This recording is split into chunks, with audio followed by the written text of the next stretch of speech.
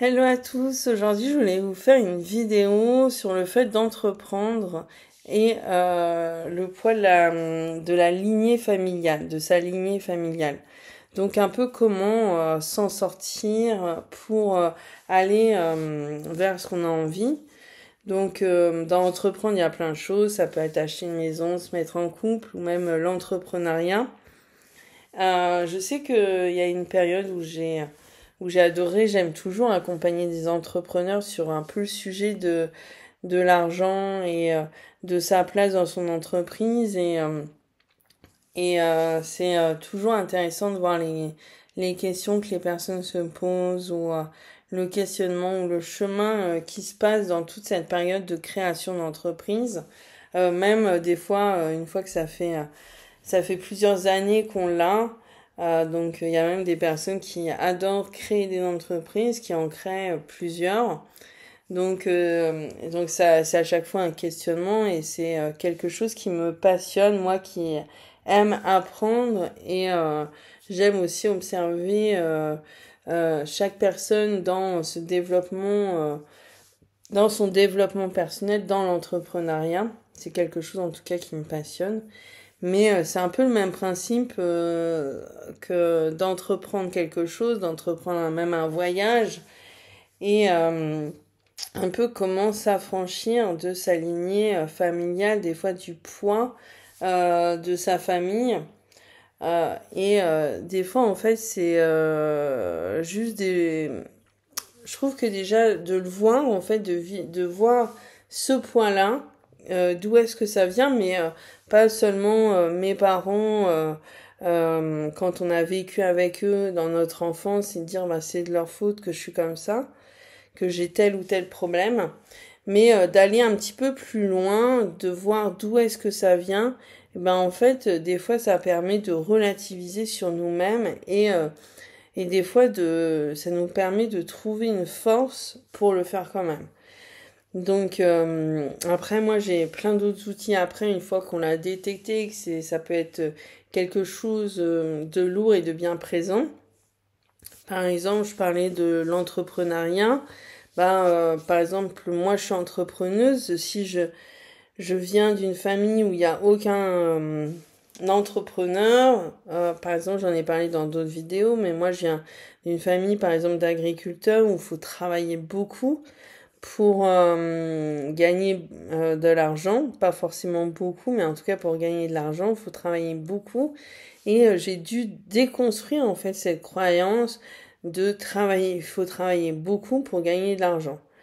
Et d'accepter des fois de travailler un petit peu moins, euh, ou déjà de pas tout accepter, parce que j'avais tendance à tout accepter, même si ça résonnait pas avec moi mais d'accepter seulement des choses qui résonnent avec moi et justement de me dire avec ça m'arrive qu'il y ait des jours par exemple je garde tous mes mercredis pour ma fille, j'ai mes week-ends, il me reste 4 jours par semaine pour travailler, déjà de déconstruire ça et de me dire je veux donner du temps pour ma fille, pour ma famille qui pour moi est une valeur forte, plus forte que le travail, qui est moi c'est mon moteur, c'est aussi mon pourquoi je me suis mis à mon compte.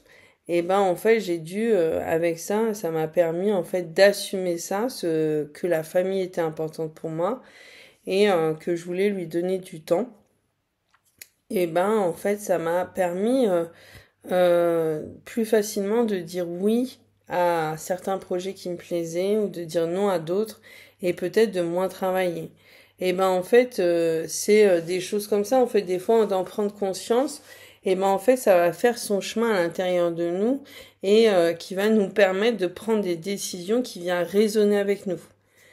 Et par exemple j'ai eu des personnes justement qui étaient très actives, en fait des fois c'est qui faisaient beaucoup à la maison, beaucoup au travail, en fait, des fois, ça leur laissait pas de temps de faire autre chose. Si elle voulait rajouter une autre activité, on a travaillé ensemble et le fait de se remettre à sa place, aller explorer la famille, comment se positionne telle et telle personne par rapport à moi, et en fait, des fois, ça permet de dire non à une chose qui ne nous convenait pas pour moi pouvoir justement rajouter une autre activité qui nous convenait plus. Et du coup, notre planning reste le même. Mais notre planning, il a changé avec une chose qui a été changée, mais notre rythme reste le même. Et ben en fait, des fois, c'est accepter d'assumer qu'il y a quelque chose que j'ai pas envie de faire. Et en allant explorer justement cette lignée familiale, parce que des fois, elle va encore plus loin que les personnes qu'on a connues dans notre vie. Donc j'ai souvent des personnes qui me disent, mais je les connais pas, comment je peux travailler sur leur histoire, mais il y a beaucoup de choses dans l'inconscient. Et en fait, c'est en allant explorer un peu plus loin que du coup, il y a des choses qui viennent se mettre en lumière dans notre vie et qui nous permettent de venir prendre des choix en fait qui viennent plus résonner avec nous. Donc, moi, je vous invite vraiment à aller explorer cette histoire familiale parce que des fois, on s'arrête à ce que j'ai vécu.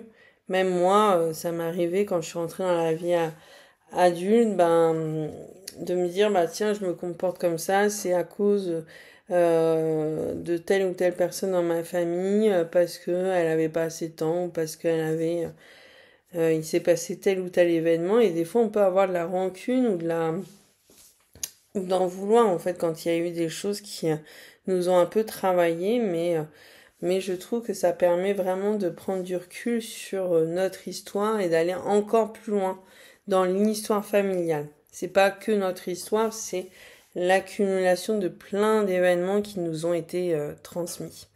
Donc voilà. Donc en tout cas, je vous invite vraiment, que ce soit avec moi ou avec quelqu'un d'autre, d'aller, pourquoi pas aller en constellation familiale. Il y a aussi de l'hypnose qui vient travailler dans le transgénérationnel. Il y a aussi des psychologues qui viennent travailler aussi dans le transgénérationnel. Il y a aussi des psychogénéalogistes comme moi. Et moi aussi, je travaille il y a aussi des soins énergétiques qui viennent travailler dans le transgénérationnel. Donc, peu importe les méthodes ou les types de thérapeutes que vous allez voir, je vous invite vraiment à essayer en tout cas cette expérience, même si vous n'avez pas spécialement de problématique. Des fois, ça va pas réveiller une problématique, mais ça permet d'aller vraiment voir voir en fait faire un état des lieux. On nous transmet pas que des choses négatives. Voilà, on nous transmet aussi des choses positives.